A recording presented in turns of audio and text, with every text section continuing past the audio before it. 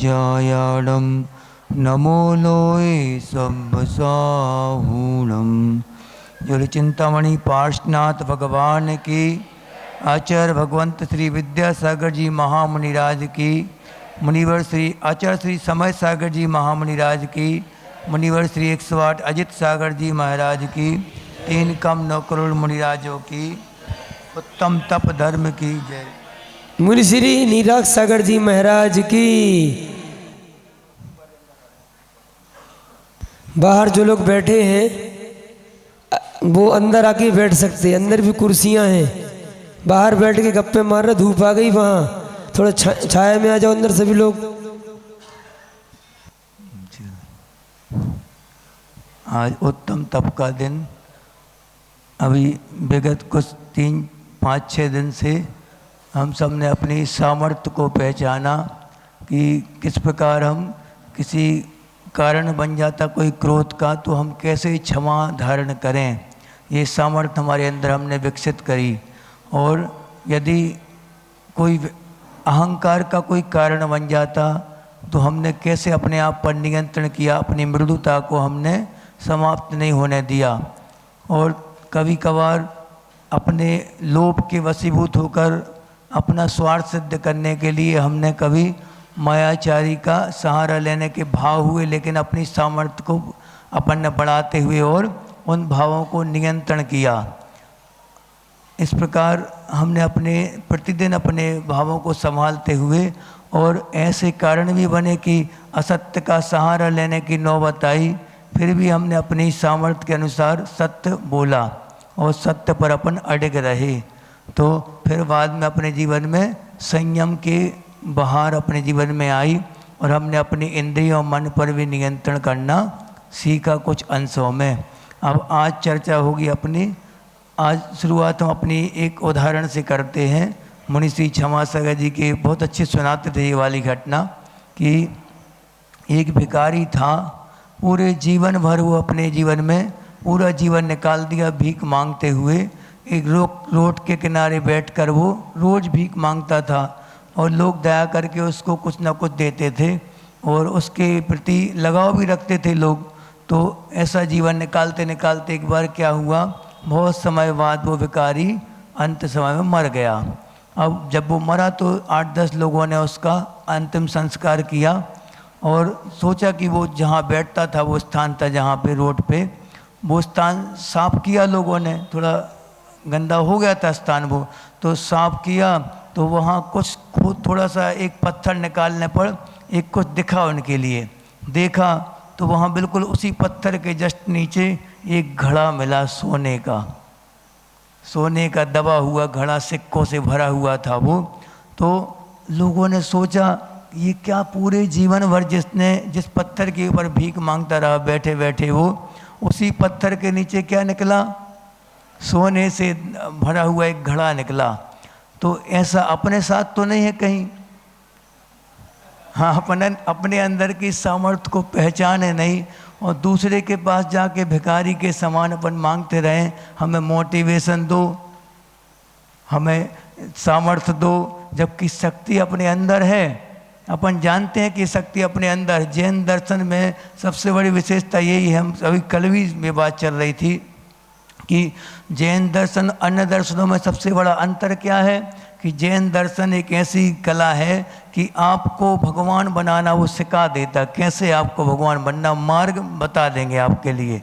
और अन्य दर्शनों में क्या होता है, भगवान एक ही होता है, भक्त ही रहते हैं जिंदगी भर, भगवान के पीछे भक्त भागते ही रहते हैं। ऐसा जैन दर्शन और अन्य दर्शनों में बहुत बड़ा अंतर ये विद्यमान है। तो अपन इस अंतर को समझें और इस बात का अपन को गौरव हो कि कैसे हम तप की ओर, तप क्या करता है, अपने सामर्थ्य को प्रकट करने की अपन को कला सिखा देता है। तप कैसे अपने अंदर की अनंत संभावनाओं को अपन कैसे प्रकट करें और इस जीवन में हम कैसे और अच्छा अपना जीवन स्मूथली बनाएं। लोग आजकल धारणा ये बनाते हैं कि तप का मतलब क्या है। पारंपरिक रूप से तप का मतलब है बहुत कठिन साधना। तप के बारे में धारणा क्या बना ली, युवाओं ने भी ये धारणा बना ली, सभी ने ये धारणा बना ली कि तप का मतलब क्या है, बहुत कठिन साधना, कठिनाई से जीवन जीना नहीं, बिल्कुल स्मूथली जीवन जीना तप कहलाता है। अब आप बताओ कितने प्रकार की इच्छाएं होती हैं। अपनी इच्छाओं के बारे में अगर चर्चा की जाए तो सबसे पहले इच्छाएं एक असंभव इच्छाएं, यानी कि इम्पॉसिबल डिजायर, ये असंभव इच्छा जिनको संभव करना असंभव, जीवन में ये संभव करना पॉसिबल है ही नहीं कभी। जैसे कि कोहिनूर हीरा है, कोहिनूर हीरा एक ही है दुनिया में, अब एक हीरा है और सभी लोग उसके पीछे पड़े हैं, मिलेगा किसी एक के लिए वो, तो अपन ऐसी असंभव इच्छा के पीछे क्यों पड़े जो कि कभी पूरी होना ही नहीं है। कई इच्छाएं होती जीवन में। आप लोग भी ध्यान, आसमान के तारे तोड़ना, जैसे चांद पे जाके और शादी करना, जैसे कई लोग आजकल आते हैं, आर्टिकल आते रहते कि चांद पे शादी करेंगे हम तो अपनी, ठीक है, तो चांद पे शादी। अब चांद पे पहले पहुंचना सबसे पहले तो असंभव है, चांद पे पहुंचना। साइंस भला ही पहुंचा दे आपको कहीं भी स्पेस स्टेशन पे, लेकिन जैन दर्शन के अनुसार अब चांद पे कभी नहीं पहुंच सकते। क्यों? क्योंकि यहाँ से हमने एक बार राजवाटिक पढ़ा था, आचार्य जी पढ़ा रहे थे जब, उस समय हिसाब किताब लगाया हम लोगों ने मिलके, तो करीब करीब 54 करोड़ किलोमीटर यहाँ से चांद है। अब आप जा सकते वहाँ अंतरिक्ष में गए कितने किलोमीटर पे? आज अगर चांद पे जाना संभव होता तो ये एग्जैक्ट दूरी आपको मालूम होती, क्योंकि चाइना भी दावा कर रहा है कि हम जा चुके और अमेरिका भी कर रहा है, नासा भी कर रहा है कि हम जा चुके, तो एग्जैक्ट दूरी आपको मालूम होनी चाहिए। एक बोलता है कि 22 करोड़ किलोमीटर है, एक बोलता है 8 करोड़ किलोमीटर है। कितनी है दूरी? हमने लगाया 54 करोड़ किलोमीटर है यहाँ से। आपको जाना असंभव है, आप ले नहीं जा सकते वहाँ तक, इतना फ्यूल वगैरह लेके जाना असंभव है। ऐसी इच्छाएं करना ये क्या कहलाएंगी? असंभव इच्छाएं। और दूसरे प्रकार की इच्छा होती विलासमयी इच्छाएं।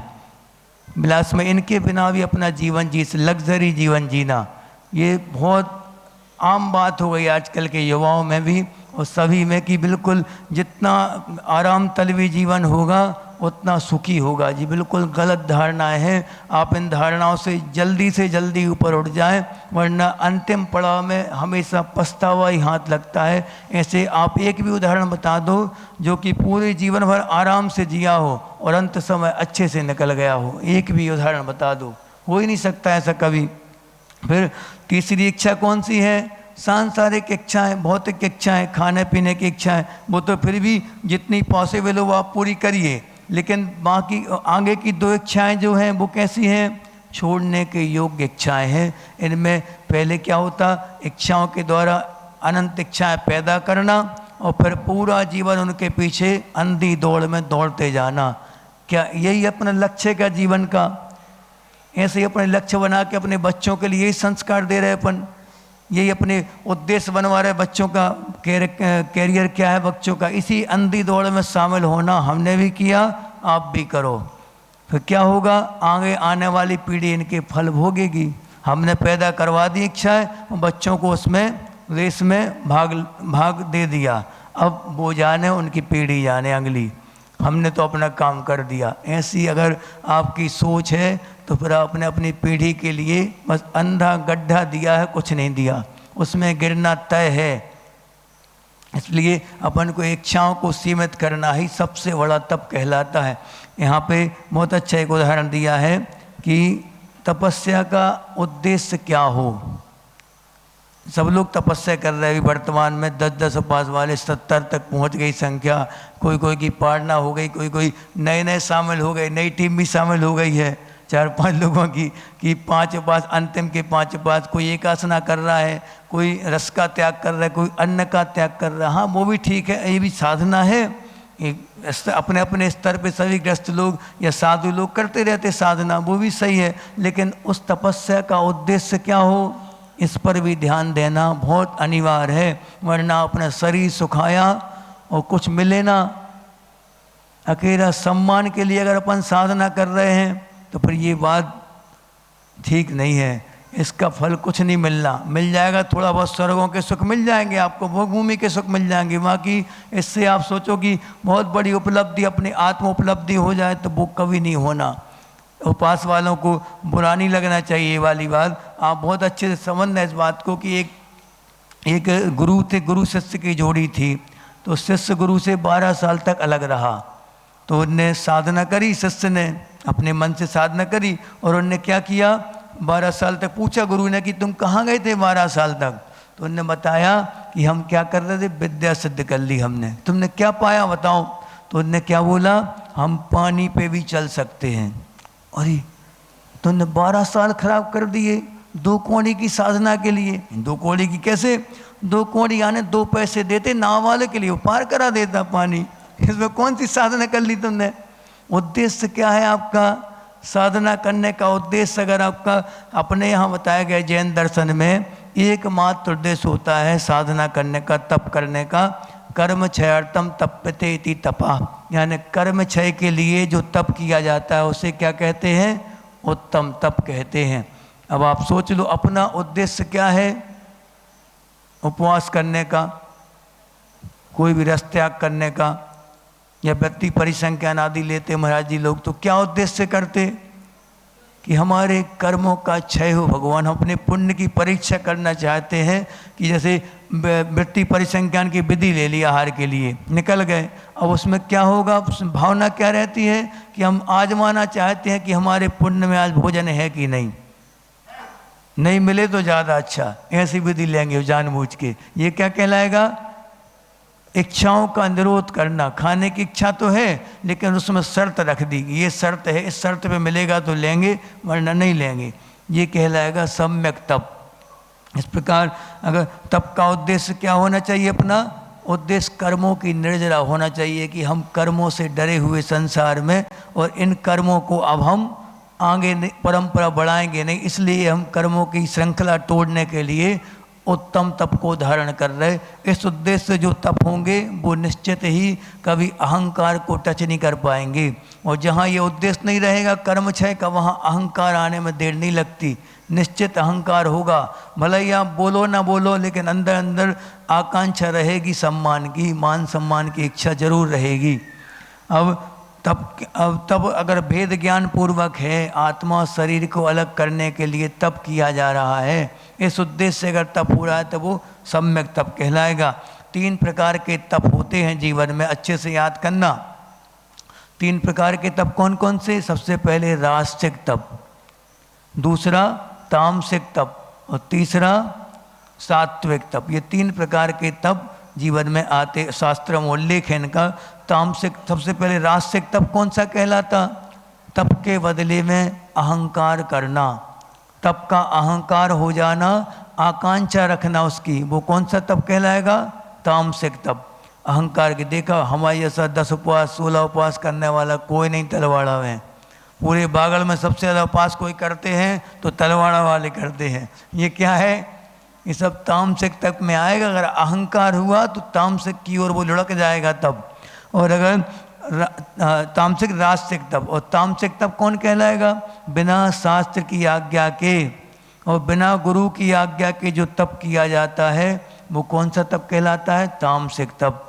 इसलिए कभी भी उपास लो, कोई भी नियम व्रत आदि लो, तो पहले मुनि महाराज जी से या गुरु महाराज जी से जाके परमिशन ले लो, क्योंकि उनका आशीर्वाद रहता है, मुनियों का आशीर्वाद रहता है, गुरुओं का।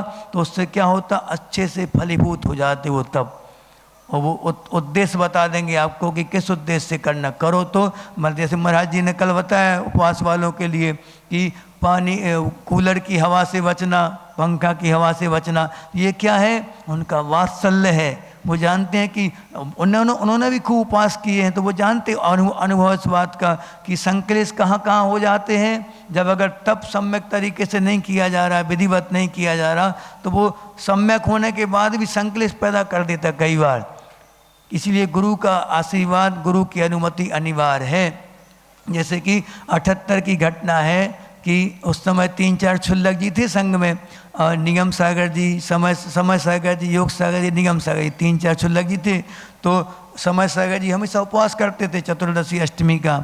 एक बार क्या हुआ, आचार्य के पास पहुँचे तो पूछने का तरीका देखो क्या पूछते थे, किस तरीके से। बड़े लोग बड़े होते हैं, उन्होंने वे पूछते थे, आचार्य भगवान आज उपवास करने का भाव बन रहा है, अगर आपकी अनुमति हो तो उपवास करने के भाव हमारे हैं। ऐसा देखो हमारी इच्छा है, ऐसे ही कुछ नहीं, मन है कुछ नहीं। क्या बोलते थे, आपकी अनुमति हो तो हमारा मन है, ऐसा बोलते थे। तो आचार्य ने बोला कि वो रोज उपवास करते थे हर बार, तो आचार्य ने बोला ऊन उधर कर लो। क्या बोला? ऊन उधर कर लो। अब ऊन उधर और मुश्किल होता है, अपनी मेंटलिटी बन जाती है खाने की, अपने आप वो पित्तादि आने लगते वहाँ पे झिल्ली में। तो फिर उनको अगर भोजन नहीं मिला, जैसे गए चौके में एक गिलास खा के आ गए, ये क्या कहलाता? ऊन उधर कहलाता, उत्कृष्ट ऊन उधर। इच्छाओं का परिसीमन कर देना बिल्कुल। तो आचार्य ने क्या बोला समय सागर जी से, ऊन उधर कर लो। अब वो नियम सागर जी ऊन उधर करते थे हमेशा, तो वो कहते हैं, वो सोचते हैं कि आज तो उपास दे नहीं रहे हैं, उनके उपास के भाव थे। तो उनने बोला आचार्य ऊन उधर चाहते हैं। आचार्य ने बोला उपवास कर लो। इसका मतलब क्या? आपकी मर्जी से नहीं होगा कुछ भी, गुरु की मर्जी से सब कुछ होगा। अगर आप संघ में हैं तो बड़े महाराज जी, हमारे बड़े महाराज जी हैं, कोई भी उपवास करेंगे, कोई भी व्यक्ति प्रसंग आदि लेंगे तो किससे पूछ के लेंगे? बड़े महाराज जी से। और संघ में थे जब गुरु जी से पूछ के लेते थे हर चीज़, बिना पूछे, अगर आचार्य की आज्ञा के बिना, गुरु की आज्ञा के बिना जो भी तप होगा वो सब काय में आएगा? बाल तप में आएगा। वो सब अज्ञान दशा में किए गए तप। गुरु की आज्ञा से ही जो तप होगा वो कौन सा? सात्विक तप कहलाता। आगम की विधि के अनुसार और गुरु की आज्ञा के अनुसार जो तप होगा वही सार्थक होगा। अब उपवास करने वालों के लिए विशेष चीज़ ये बता दें कि संकलेश से बचना चाहिए। संकलेश से कैसे? मन की प्रसन्नता को खोना नहीं। 3 प्रकार का तप और भी होता है। कौन कौन सा? मन का तप, वचनों का तप और काय का तप। मन का तप कौन सा होता? मन में कभी संकलेश ना आए। कितने बड़े बड़े उपवास करें, कितने अपन सहन शक्ति अपनी बढ़ती जाए और मन में कभी भी संकलेश, मन तप के प्रति कभी अनादर के भाव मन में ना हो, ये कहलाएगा क्या? मन का तप। और वचनों का तप यानी जो तपस्वी है उनकी बिल्कुल अच्छे विनय भाव से, कोमल भावों से, मृदु वचनों से उनकी वैयावृत्ति होनी चाहिए। जैसे कि अब साउंड सिस्टम का हम कहना नहीं चाहते, लेकिन मन में आ गई बात कि इतना तीव्र साउंड होता है। आप सोचो कि वहाँ जंगल से जब आते जब, तो वहीं से गली में सुनाना शुरू हो जाता है तेज साउंड। क्या होगा? इंद्रियों का धक्का लगता है, इंद्रियों के लिए बहुत तीव्र।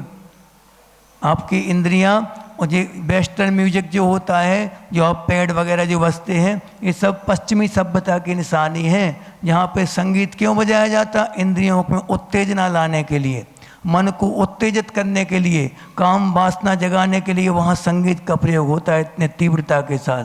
और भारतीय संस्कृति में मधुरता के साथ संगीत का प्रयोग होता, बिल्कुल मधुर शब्दों में, ऐसा कि बिल्कुल और एक की जगह 2 पूजा हो जाए, इतना मन प्रशस्त हो जाए बिल्कुल। उसके बाद कि संगीत में आप संगीत समय सारे ग्रंथ अपनाए, वो आचार्य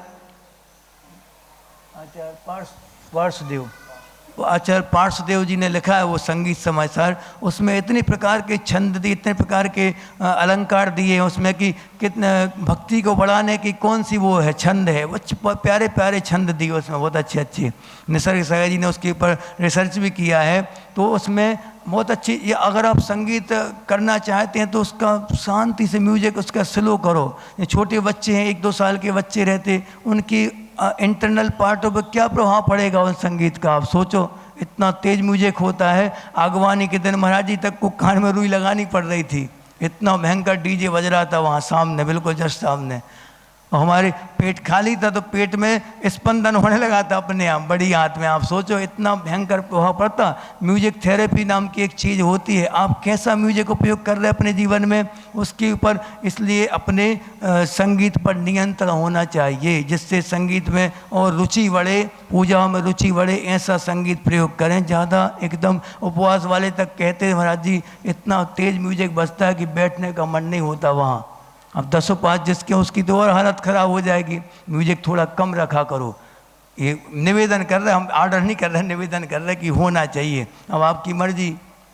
तो फिर अब यहाँ पे मन वचन और काय से यानी कैसे बिल्कुल विनीत हो जाना, गुरुओं के प्रति विनीत हो जाना, वो तप का प्रभाव। ये 3 प्रकार का तप होता है। जैसे आचार्य का छोटा सा उदाहरण बता दें, अपनी बात पूरी करें कि उस समय 10-11 महाराज जी लोग थे, क्षमा सागर जी उस समय संग में थे। उनने सुनाई ये घटना, आपको हम सुना दें कि आचार्य श्री निर्धारित लक्ष्य पे अपने जा रहे थे। शुरुआत की बात है बिल्कुल, जब उस समय ये वाहन आदि इतने ज़्यादा चलन में नहीं थे, तो क्या होता था कि एक स्टॉप से अगले स्टॉप जाना, तो वहाँ पे चटाई आदि बस में रख देते थे, वहाँ ब्रह्मचारी जी आदि उतार लेते थे चटाइयों के लिए अगले स्टॉप पे जहाँ रुकना है। तो आचार्य को जहाँ पहुँचना था वहाँ ना पहुँच के आचार्य भटक गए कहीं पे रास्ता।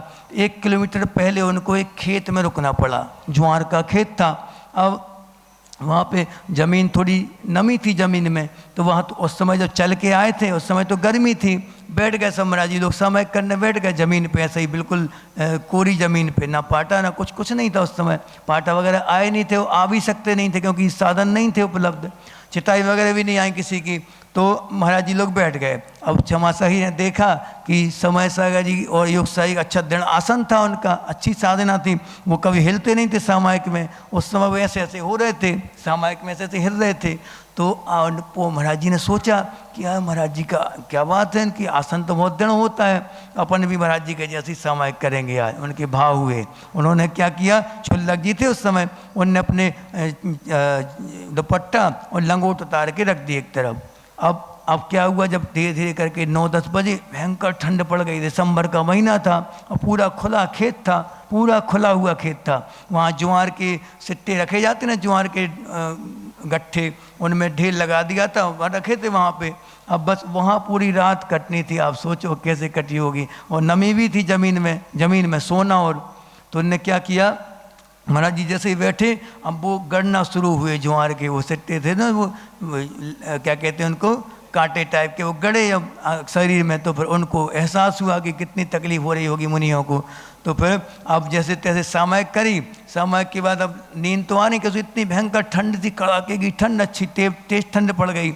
अब श्रावक लोग ढूंढते ढांढते आ गए, श्रावकों ने देखा महाराज जी कैसे रुकेंगे, रात कैसे काटेंगे। तो उन्होंने, उनके भाव क्या थे, महाराज जी लोग की ठंड बच जाए, तो उन्होंने क्या किया, ज्वार के जो बड़े बड़े गट्ठे रखे थे महाराज जी लोगों के ऊपर डाल दिए, सब सो रहे थे महाराज जी लोग, उनके ऊपर डाल दिए, अच्छी भारी भारी भरकम डाल दी, ठंड ना लगे जिससे। हम उनके भाव तो वही थे, तो डाल दी। अब जैसे अब उठना, करवट बदलना मुश्किल हो गया, उठना लेटना बैठना सब मुश्किल हो गया। और थोड़ी देर बाद तो गर्माहट हुई, लेकिन जब वो चले गए लोग, अब क्या हुआ, अब से उनमें ज्वार के जो लकड़ी थी उनमें से कीड़े निकलने शुरू हुए और मच्छरों का साम्राज्य हो गया वहाँ, भयंकर मच्छर काटे और पूरे कीड़े पूरे शरीर में बिल्कुल भयंकर दंश की पीड़ा सहन करने लगे सब मुनिराज। अब पूरी रात ऐसे ही निकाली। अब सुबह उठे तो कैसे उठें, गट्ठे डाल दिए ऊपर से, कैसे उठेंगे। तो फिर अब जब श्रावक आए, सब महाराज जी लोगों के मन में क्या था, अब संकलेश तो आ गया, सबके मन में संकलेश आ गया उसी समय। लेकिन जब संकलेश से भर के और थोड़ा मन क्लांत होने लगा कि हम आज बताएंगे श्रावकों के लिए, सिखा देंगे थोड़ा, ऐसे भैयावती की जाती क्या, ये क्या तरीका है क्या कोई, ऐसा सबके मन में आ रहा था, सब मुनियों के, सब छुल्लकों के मुनियों के। तो फिर जैसे ही उठ के देखा, श्रावकों ने गट्ठे उठाए, आचार्य उठ के बैठे थे और मुस्कुरा रहे थे। आचार्य सबको देख के आचार्य ने मुस्कुरा दिया, तो सबकी बोलती बंद हो गई। अब उनके सामने कौन बोले, गुरु जी की शिकायत करने जा रहे हैं सबके लिए, लेकिन गुरु जी मुस्कुरा रहे हैं, तो फिर अब किससे बोले। तो फिर अब बिहार कर गए, जो भक्ति की बिल्कुल शांति के साथ भक्ति की, किसी से कुछ शब्द नहीं बोले आचार्य, एक भी शब्द। अब जैसे ही उजाले में निकले और उजाला जैसे धूप खिली, तो आचार्य का शरीर तो बहुत सॉफ्ट है, बिल्कुल एकदम रूई जैसा शरीर है उनका, बहुत कोमल शरीर और बिल्कुल फेयर कलर था उनका। तो जैसे ही देखा बिल्कुल लाल लाल पूरी में स्क्रैच, पूरी बॉडी में स्क्रैच थे। और जब वो पसीना आना शुरू हुआ तो फिर और ज़्यादा बिल्कुल जलन होने लगा शरीर, वो महाराज जी लोगों को भी हो रहा था सबके लिए। लेकिन गुरु जी ने फिर धीरे सबको बुला के बिहार में और चलते चलते बोला, उन्होंने कहा कि देखो श्रावक के हाथ से अज्ञान दशा में कोई गलती हो जाती है तो अपन को उसको धन्यवाद बोलना चाहिए। क्यों? क्योंकि कर्मों की निर्जरा का एक सुनहरा अवसर उसने दे दिया। हम जंगलों में साधना नहीं कर पा रहे, हम नहीं जा पा रहे जंगलों में, बड़े बड़े मासोपवास आदि नहीं कर पा रहे, तो कम से कम इतना सहन तो करें अपन। और श्रावक ने अवसर दे दिया अपन को सहन करने का, अच्छी क्षमता के साथ सहन करो मुस्कुराते हुए, मन की प्रसन्नता कभी बिगाड़ना नहीं। ये तप का सबसे बड़ा रहस्य है। जिसने इस रहस्य को समझ लिया वो हमेशा तप के प्रति आसक्त रहेगा, उसके जीवन में तप तो फिर बिल्कुल गहने की तरह उसके जीवन में आभूषण की तरह शोभा देता रहेगा। इसलिए हमेशा अपने जीवन में तप के लिए अंगीकार करें, लेकिन तप इतना करें जितना मन का संकलेश ना हो पाए, बस इतना तप करें। इन्हीं भावना के साथ बोलो आचार्य गुरुदेव श्री विद्यासागर जी महामुनिराज की, मुनिवर श्री अजित सागर जी महाराज की, मुनिवर श्री नीलाक्ष सागर जी महाराज की जय। मुनि श्री के चरणों में निवेदन करते हैं कि तन मिला तुम तप करो, करो कर्म की हान। आचार्य श्री लिखे हैं तन मिला तुम तप करो, करो कर्म की हान।